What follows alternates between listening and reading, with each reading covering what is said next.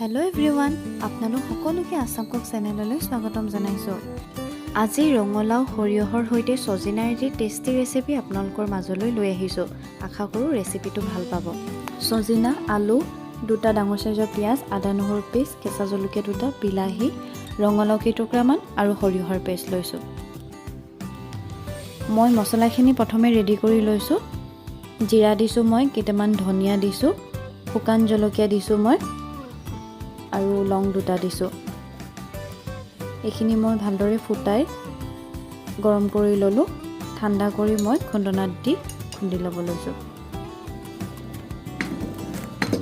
আপোনালোকে যদি জ্বলা বেছিকৈ খায়, বেছি জলকীয়া এড কৰিব পাৰে। মিঠাতেল দিছোঁ, তেজপাত 2 খিলা দিছোঁ, কটা পিঁয়াজ কেইটুকুৰা দিছোঁ,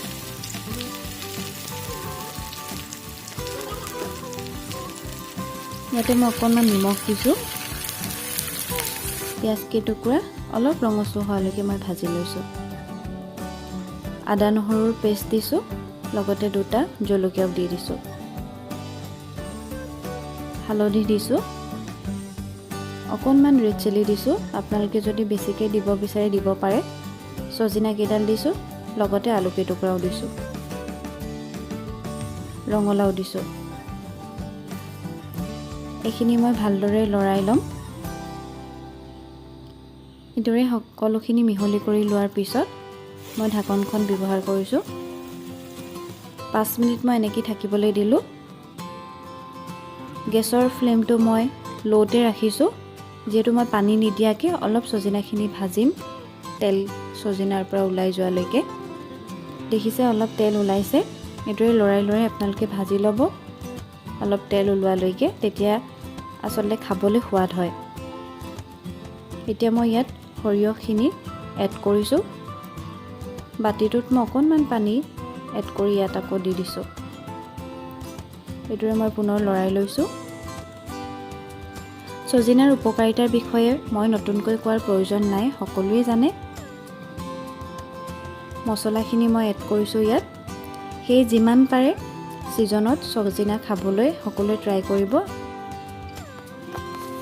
এইখিনি লৰাই মই ঢাকন ব্যৱহাৰ কৰিছোঁ।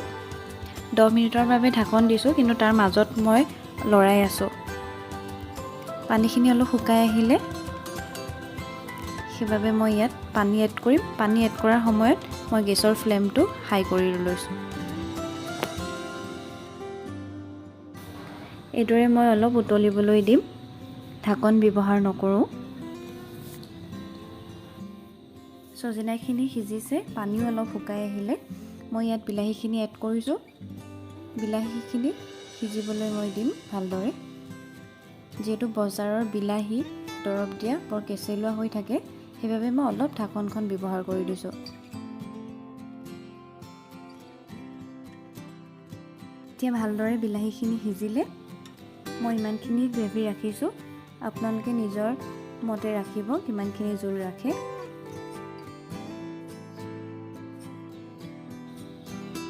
ভিডিঅ'টো যদি চাই ভাল পালে লাইক কৰিব, শ্বেয়াৰ কৰিব আৰু কমেণ্ট দিবলৈ নাপাহৰিব।